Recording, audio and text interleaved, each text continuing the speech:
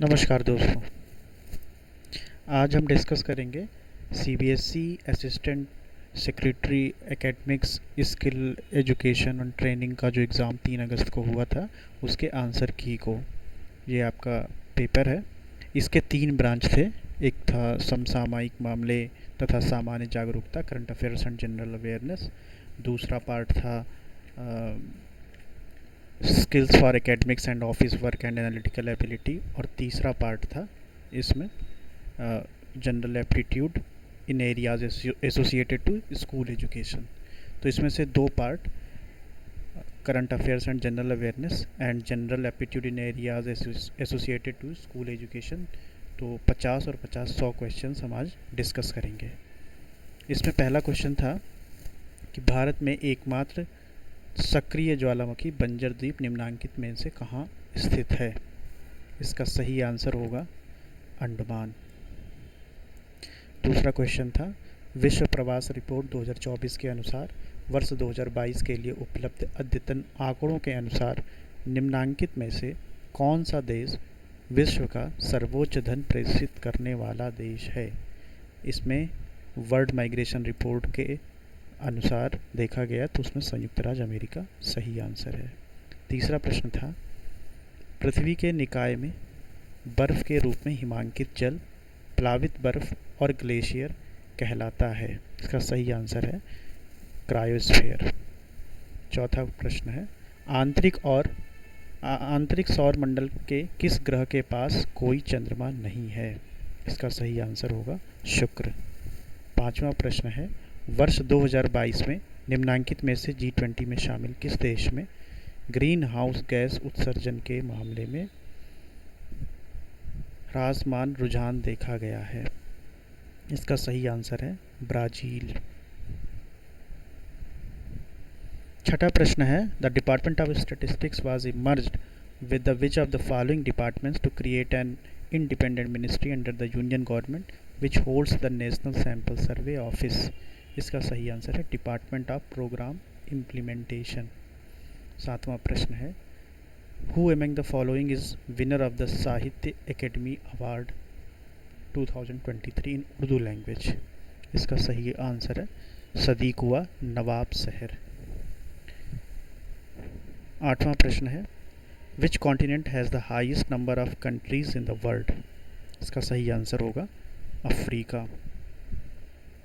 नौवां प्रश्न है the Bharatiya Nagarik Suraksha Sanhita 2023 repeals and replaces which legal code in India? इसका सही आंसर है CRPC मतलब code of criminal procedure. Who among the following is an exponent of Hindustani music? Tyagaraja, MS Subbulakshmi और श्यामा शास्त्री ये सब कार्नेटिक म्यूज़िक के एक्सपोनेंट हैं। इसका सही आंसर होगा पंडित जसराज। 11वां प्रश्न है किसी विशिष्ट घटक के अणुओं की संख्या और विलयन में अणुओं की कुल संख्या के अनुपात को दर्शाने के लिए निम्नांकित में से कौन सा पद प्रयुक्त होता है? इसका सही आंसर होगा मोल फ्रैक्शन। बहुत लोग इसमें मोलैरिटी और मोलैलिटी को कह रहे हैं बट प्रश्न को आप ठीक से पढ़ेंगे तो इसमें लिखा हुआ है the ratio of number of moles of a particular component to the total number of moles of the solution. Molality को हम मोल पर केजी में डिनोट करते हैं, मोलैरिटी को मोल पर लीटर में डिनोट करते हैं। इसमें मोल पर मोल की बात है तो मोल फ्रैक्शन होगा। 12वां प्रश्न है निम्नांकित कथनों पर विचार कीजिए। भारत के संविधान के अनुसार कोई व्यक्ति राष्ट्रपति के पद पर पुनः निर्वाचित होने के योग्य नहीं है। ऐसा नहीं है, ये कथन गलत है। दूसरा कथन है संघ सरकार के रक्षा सैन्य बलों का सर्वोच्च कमांडर भारत का राष्ट्रपति होता है। ये सही है। इस तरह हम देखेंगे कि केवल बी सही है। 13वां प्रश्न है मार्च 2024 में भारत ने शंघाई सहयोग संगठन स्टार्टअप मंच के चतुर्थ संस्करण की मेजबानी किस शहर में की? इसका सही आंसर है नई दिल्ली। 14वां 14 क्वेश्चन है कि निम्नांकित कथनों पर विचार कीजिए। Coming together federation is a type of federal arrangement in which centre has more power than the state. ये कथन गलत है। कमिंग टूगेदर में जो शक्तियाँ होती हैं वो स्टेट के पास अधिक होती हैं। दूसरा क्वेश्चन है, स्विट्जरलैंड एक कमिंग टूगेदर परिसंघ का एक उदाहरण है। ये कथन सही है। इस कारण बी सही है किंतु ए गलत है।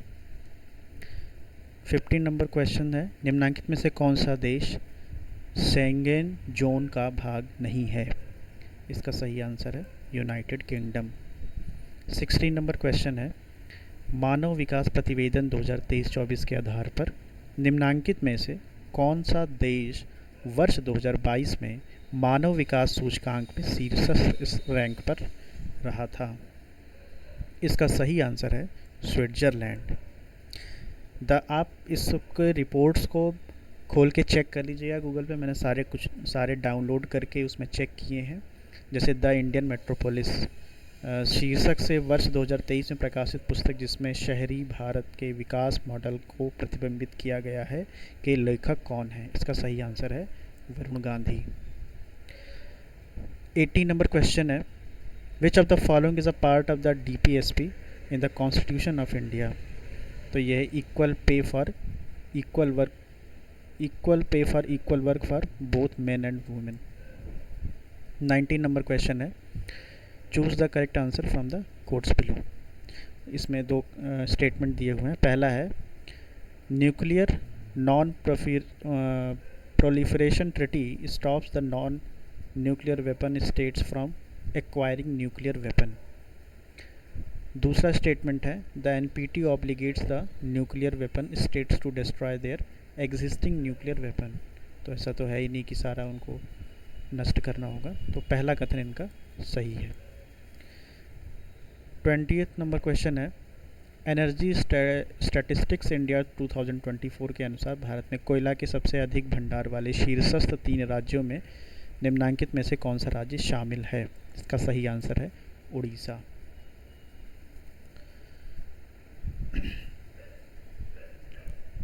21 नंबर क्वेश्चन है, भारत के संविधान द्वारा निम्नलिखित में से किसे अपनी पसंद के अनुसार शैक्षिक संस्था स्थापित करने और उसके संचालन का अधिकार दिया गया है?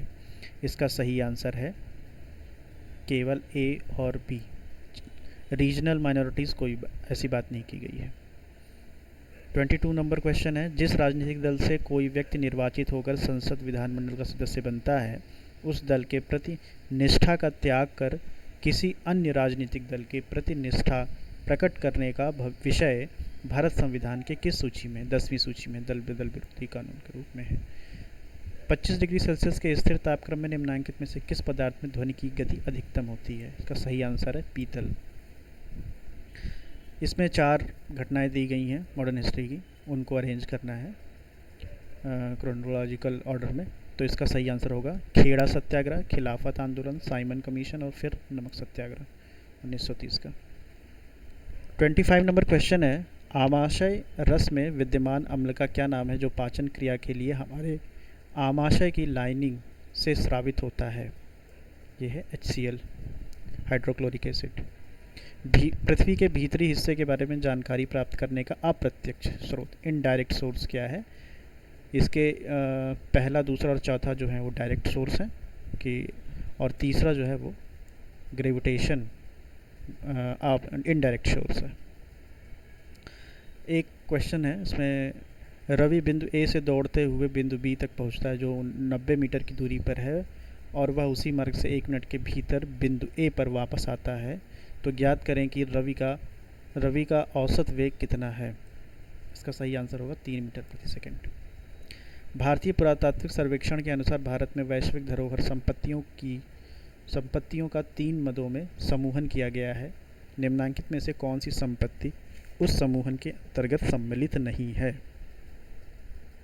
इसका सही आंसर होगा विवादास्पद संपत्ति, डिस्प्यूटेड प्रॉपर्टीज़। अगला प्रश्न है, थॉमस और उबेर कप 2024 के बारे में निम्नलिखित में से कौन सा कथन गलत है? चीन इसका सही होगा, मतलब ये कथन गलत है। चीन ने अपने विरोधियों के विरुद्ध पाँचों गेम में जीत हासिल कर थॉमस कप 2024 जीता। ये वैसा एक्सट्रीम सेंटेंस भी था, तो इसको गेस भी किया जा सकता था कि 5 गेम में वो जीता है। 30 नंबर क्वेश्चन है, निम्नांकित कथनों पर विचार कीजिए। लोकसभा में अध्यक्ष और उपाध्यक्ष दोनों पद होते हैं, सही है। लोकसभा में महासचिव का पद नहीं होता है, ये गलत है, क्योंकि लोकसभा में महासचिव का पद होता है, इसलिए सही आंसर होगा तीसरा। नगर पालिकाओं के निर्वाचन का कार्य निम्नांकित में से किस निकाय द्वारा संचालित किया जाता है? इसका सही उत्तर होगा राज्य निर्वाचन आयोग। ग्राम पंचायत और नगर पालिकाओं के निर्वाचन का कार्य राज्य निर्वाचन आयोग करता है। भारत के संविधान के मौलिक अधिकार वाले अध्याय में से निम्नांकित में से किस आशय के अनुच्छेद का निरसन किया गया है? ये बहुत ही सरल प्रश्न है, संपत्ति का अनिवार्य अधिग्रहण। 33 नंबर क्वेश्चन है, भारत में निम्नांकित में से किस राज्य में भूजल के प्रयोग का अनुपात सर्वाधिक है? इसका सही आंसर होगा Tamil Nadu. Periodic labour force survey 2023 के अनुसार संपूर्ण भारत में श्रमिकों की भागीदारी दर में दिसंबर 2021 और दिसंबर 2023 के बीच क्या बदलाव आया है? इसका आंसर इसमें बढ़ोतरी तो की गई है, बट ये 10% नहीं है, बट ये क्लोजेस्ट हो सकता है, तो इसमें 10% की बढ़ोतरी की गई है। दूसरा ऑप्शन इसमें सही माना जाना चाहिए।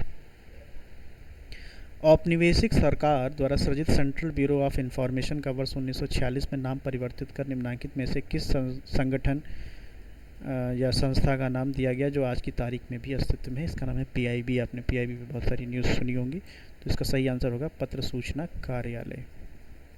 अगला प्रश्न है, निम्नांकित में से कौन सा देशों के जलवायु संबंधी प्रयासों का निरंतर लेखा जोखा रखने संबंधी पेरिस समझौता द्वारा स्थापित वर्धित पारदर्शिता रूपरेखा के अंतर्गत जलवायु प्रगति प्रतिवेदन प्रस्तुत करने वाला पहला देश है?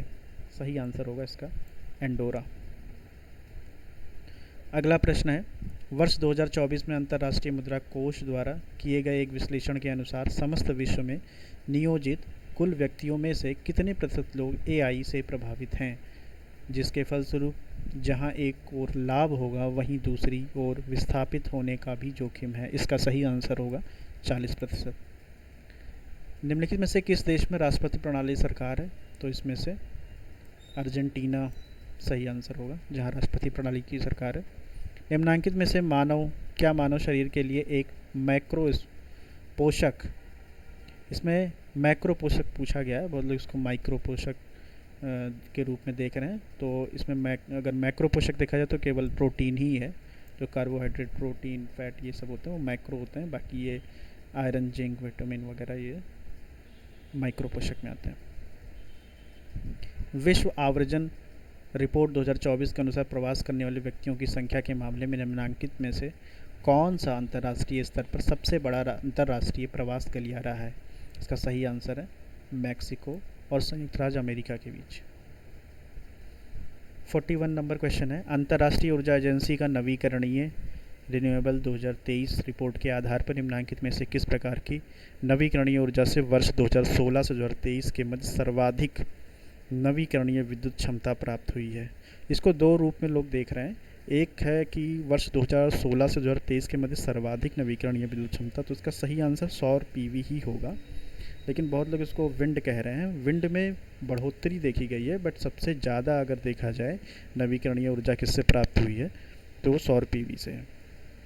अगला प्रश्न है, निम्नांकित में से विश्वविद्यालय ने मौलाना अब्दुल कलाम आज़ाद ट्रॉफी 2023 जीता? इसका सही आंसर है गुरु नानक देव विश्वविद्यालय अमृतसर। अगला प्रश्न है, निम्नांकित में से क्या लघु विवर्तनिक पट्टी मतलब माइनर टेक्टोनिक प्लेट है? तो इसमें नजका प्लेट जो होती है वो माइनर टेक्टोनिक प्लेट है। औपनिवेशिक भारत में प्राच्यवाद की परंपरा निम्नांकित में से किसमें यथार्थता परिशुद्ध रूप के में निबद्ध है? सही उत्तर होगा एशिया की भाषा और संस्कृत का ज्ञान अर्जित करने संबंधी उपागम।